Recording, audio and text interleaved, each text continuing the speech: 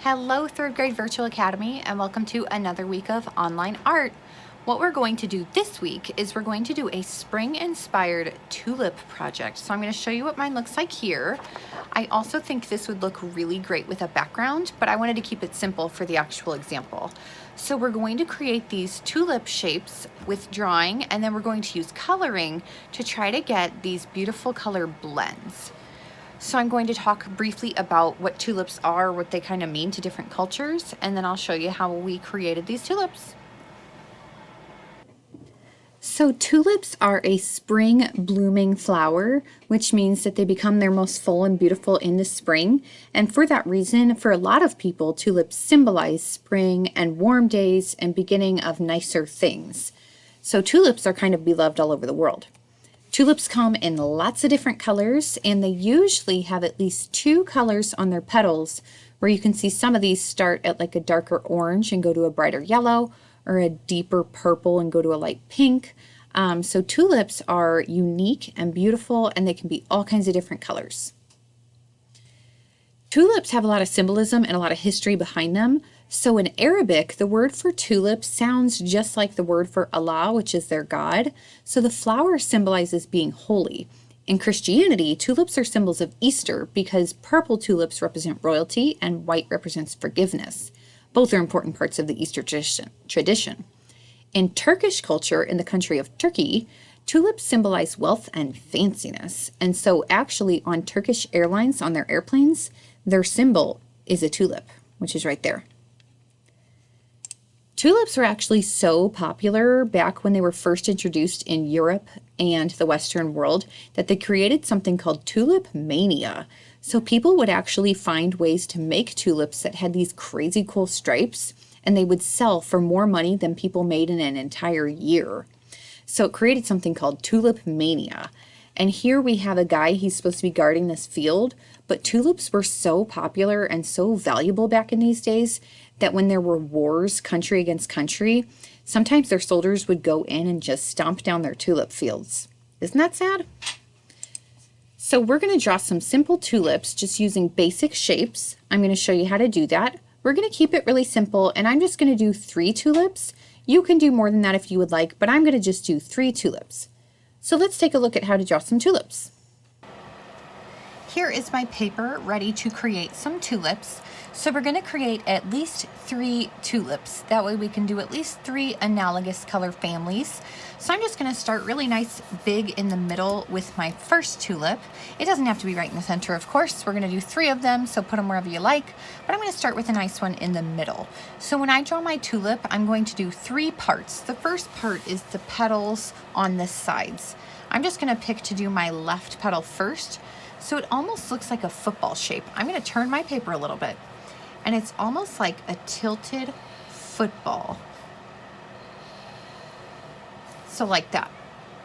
Then I have to do the second petal, and it comes out this way. So it's like a football that went this way. So we're only going to have a little bit of it on one side, and then the big part of it on the other part. So there's 2. And then the middle of the tulip goes right here in the center, and it's just kind of the top, the peak, like that. So there's my first tulip. I'm going to do another one over here a little smaller. So I'm going to do my tilted football.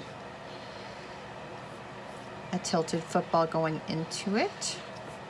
And then just the top of a football. And then for my third one over here, maybe I'll start with this tilted football. And then I'll do this part. And then we'll put the tip in the middle.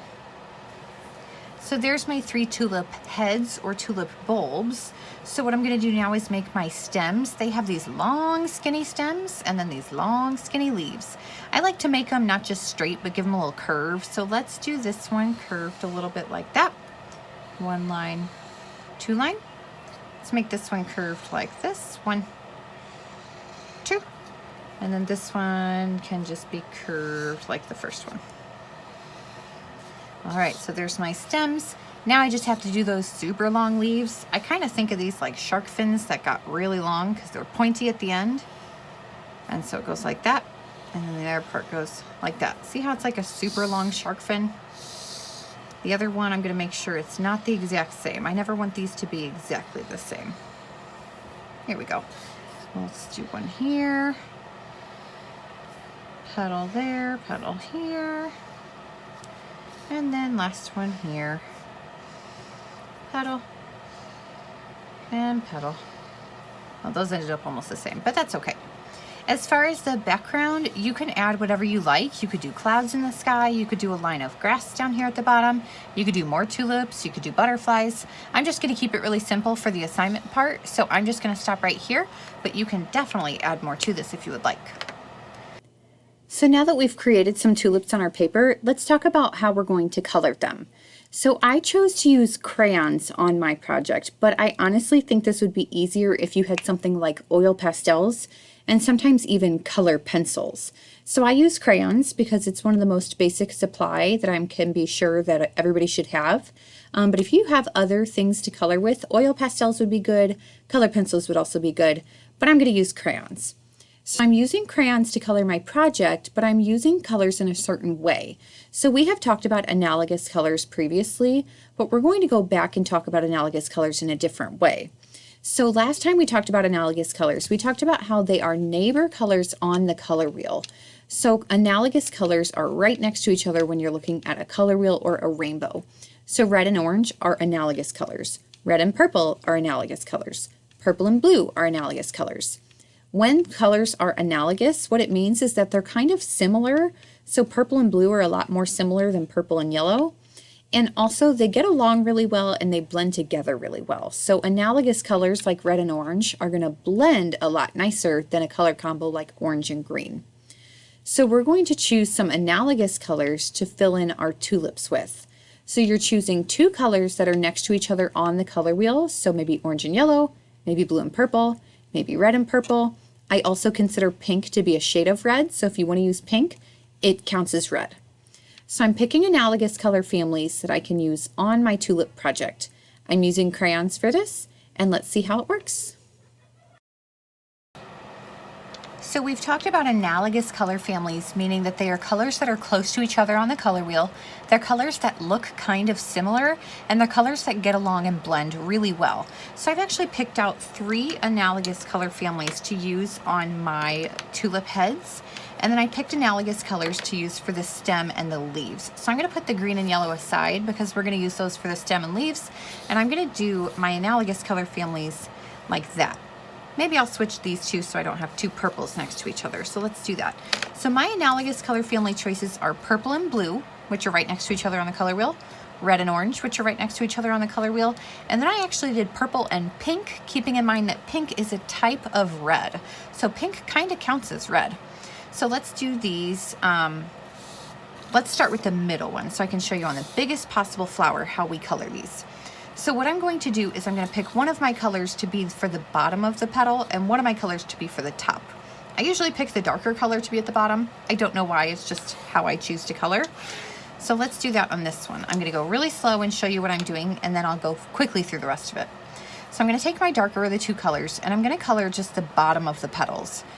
I'm going to color in this direction so that I have a spiky top. Do you see that? The color is spiky at the top. We want it to look spiky at the top so that it's easier to blend. So you can see I'm going slightly above the halfway point with my red, and I'm coloring with medium pressure, and so that's going to become really important when it's time to blend. I'm going to take my second color, and now I'm going to start at the top and go down. And again, I get that spiky bottom because it's going to make it easier to blend together. So it's almost like it's spreading and reaching for the red and spreading and reaching. So I'm going to go down, down, down to the red, to the red. Okay, so now the 2 colors have come together and it looks pretty good, but we're going to blend this so it looks even better. To blend your 2 colors together, all you have to do is just color some of your orange over top of your red. So I'm going to color some of the orange over the red, and it's creating a reddish orange. Then I'm going to switch colors, pick up my red again, and color a little over my orange. So that's how we blend 2 colors together. If you think that you need to go back and make your original colors a little darker, like if maybe this doesn't look right because now this looks a little bit too dark, just take your red and color with a slightly harder pressure. So I'm going to go like that. And now the two colors have blended together. So I'll do this one again, red at the bottom, medium pressure. I'm gonna go about halfway up, switch to my orange, color from the top to the bottom, medium pressure. When I get to the red, I'm gonna run over it a little bit, run over it a little bit, take my red, run over my orange a little bit, run over my orange, and then if I need to, I can go back and darken up the original red. And there we go. For the center one, you can actually choose what to do here. You could make the whole thing orange, since technically we're only seeing the top of the petal. What I like to do is color most of it with the orange and then do a little peak of the red right here at the bottom. Just a little peak of it. And then run over some of the orange. There we go. So I'm going to do my other two tulip heads, and then I'll show you what it looks like. There are my tulip heads all finished, and so now I'm going to do my stems and leaves. For this, I'm just going to take yellow and put it at the very tippy top of these, and I'm just going to do them all the same. So I'll show you the middle one, and then I'll just do the other ones on my own time. So I'm going to turn the top of them yellow. I'm going to turn the bottom of them this greenish yellow. Get up to it, get up to it, get up to it, and then for blending, I'm just going to take my green and run over my yellow a little bit. Run over my yellow a little bit, run over my yellow, and then take my yellow and get down into the green a little bit, down into the green a little bit, down into the green a little bit. So that's what it looks like with the stems and leaves done as well. Like I said, I'm going to go ahead and finish these on my own, and then for the background, you can do whatever you want. You can just leave it white if you want to, or you can choose to put clouds, other flowers, butterflies, grass. If you're doing your tulips for Easter, you could do Easter eggs. That would be super cute. So just have fun with it. I can't wait to see what you guys come up with, and don't forget to share it with me on Google Classroom.